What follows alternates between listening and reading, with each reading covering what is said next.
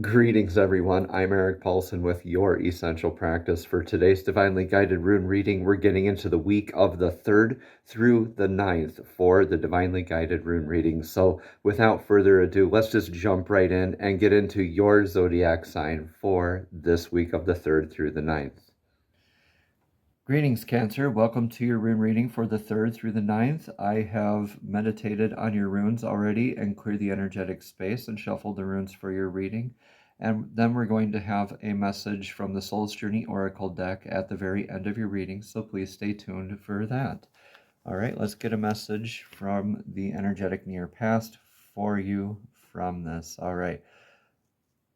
This is Yara. This is the irreversible rune of the harvest. All right, so this is like the wheel, the year in conclusion is what it means. So it's the beginning of a new by ending something.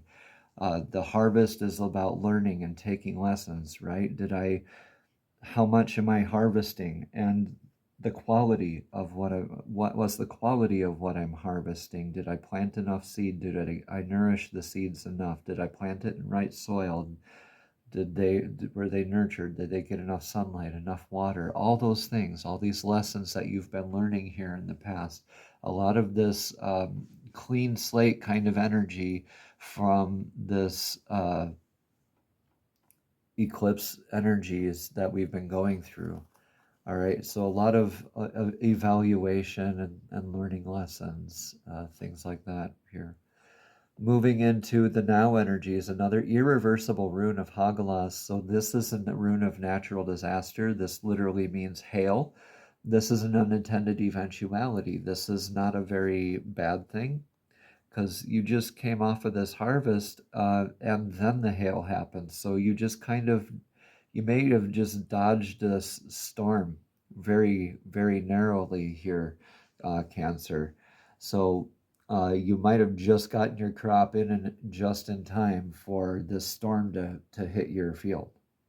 So that's a very good thing to be thankful for, because whatever isn't serving you is already outside of your harvest and it's already naturally falling away. It's clearing that space for you to naturally plant and have a better yield next year. So this is helping you clear for that new growth. So you can look at it as like, oh, woe is me. That's a trapping of the ego. When we have a lot of these moments throughout our times in our lives, it's when we pay attention to them and we're all worried about them and not embracing the finality of it already being successfully concluded, that becomes an issue with us. So just know that peace of mind that whatever is naturally falling away is doing so because it is not resonating with your next bountiful harvest. Okay, your next energies are calling you to move forward into Pertho. Pertho is the gambler's cup. This is like that rune of initiation. So maybe this other harvest that you were doing before, maybe you want to try something a little different. So this is a rune of initiation. We start off knowing kind of the general direction that we're going, right? Starting off going this way. And then we go into the rune and we're making all these twists and turns and learning and changing our perspective.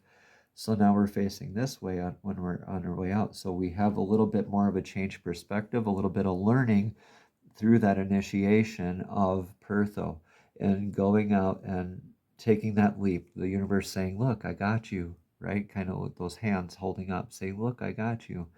Take that leap. This is that gambler's cup in that essence. So that friendly competition board game, also could be a pregnancy, metaphorical or literal. Take what resonates, please, and leave what doesn't. But for Cancer, for you, this is all, I believe, a very metaphorical journey for this harvest, this hail, and then this gamble. Okay, so let's move forward into what the current influences are.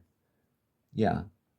So this is the Divine Masculine's rune. This is Ingwaz. This is about successfully planting a seed. This is fertile soil, the rune of fertility also. So this is coming from that place of knowing rather than guessing, healed sense of masculinity, right? Healed sense of that inner gnosis, that inner knowing, rather than guessing and feeling that fear.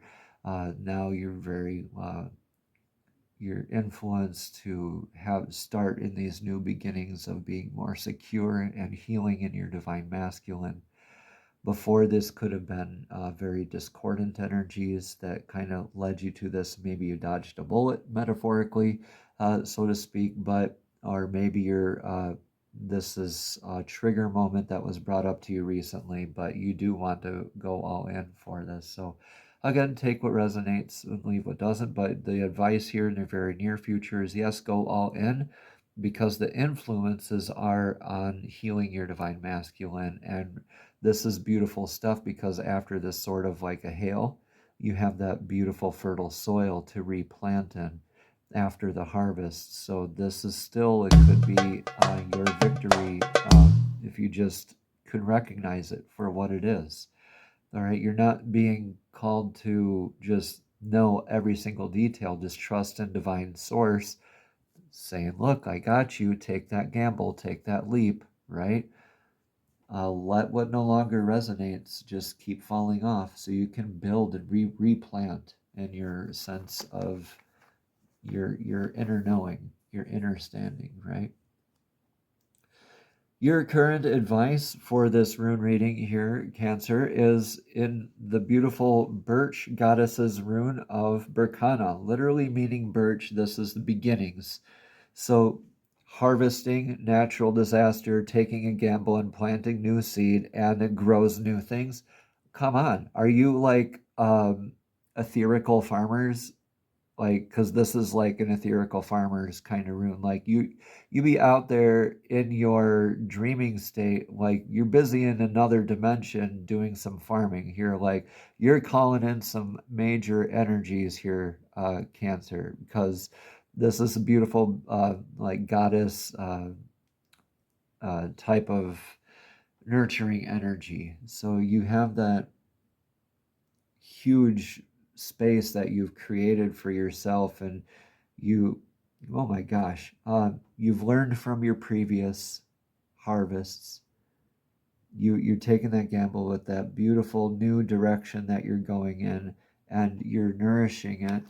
You're called to nourish it right now, right? And start this new beginning. Have that successfully planted seed, because Inguaz is the influence. Is plant that seed already. Plant it.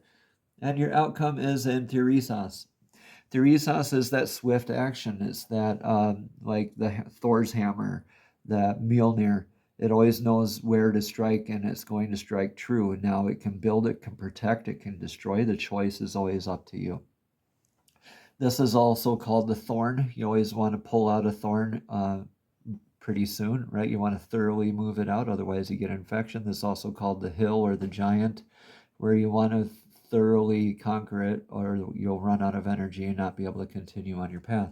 So I like, a lot of readers will go with the hammer aspect of this. So this, you get to really shine by leading, by doing, by being this nurturing, this example that you're setting.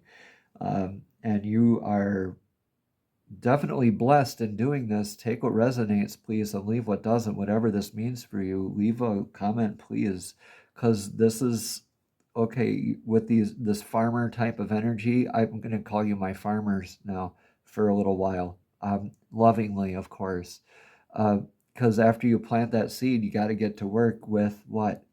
After you plant that seed and you're nurturing that seed with the crop, you got to get busy what? Nurturing it, and then getting into your harvest again. So this is you putting in the work. You're definitely putting in that work, Cancer, and it's blessed. It's definitely blessed work here for you. All right, let's get a message from Source, from Divine, straight from Source to your soul, to your spirit, from the Soul's Journey Oracle deck. Divine, please show us clearly, what message of clarity does Cancer need to hear today from the Soul's Journey Oracle deck? What message of clarity do our wonderful energy farmers, Cancers, need to hear this week? Thank you. Energy farmers, I kind of like that. Forgiveness. I acknowledge that harboring resentment blocks the flow of love. Yep. You cannot have divine love without total forgiveness, and you cannot have divine forgiveness without total love. So, I mean, it kind of goes one hand in, with the other there. Let's read about forgiveness. Again, it says, I acknowledge that harboring resentment blocks the flow of love. You can never flow with your natural energy of love unless you release the negative energy of hate, anger, intolerance, or blame. Every soul in your path has free will, and you do have no control over that. So what you do have control over is how your heart reacts to the manifestations of other people's free will. Holding on to that negative energy will strengthen karmic cycles, and forgiveness can break that pattern. The most important person you must learn to forgive is always yourself. Blaming yourself for failures or perceived failures blocks the natural flow of love, which will attract all good things in your life. Yeah, forgive yourself. Forgive those past harvests. Forgive whatever this is that's falling away right now. And throw yourself into this beautiful, blessed energy that's unfolding for you now. Namaste. Have a blessed and abundant day.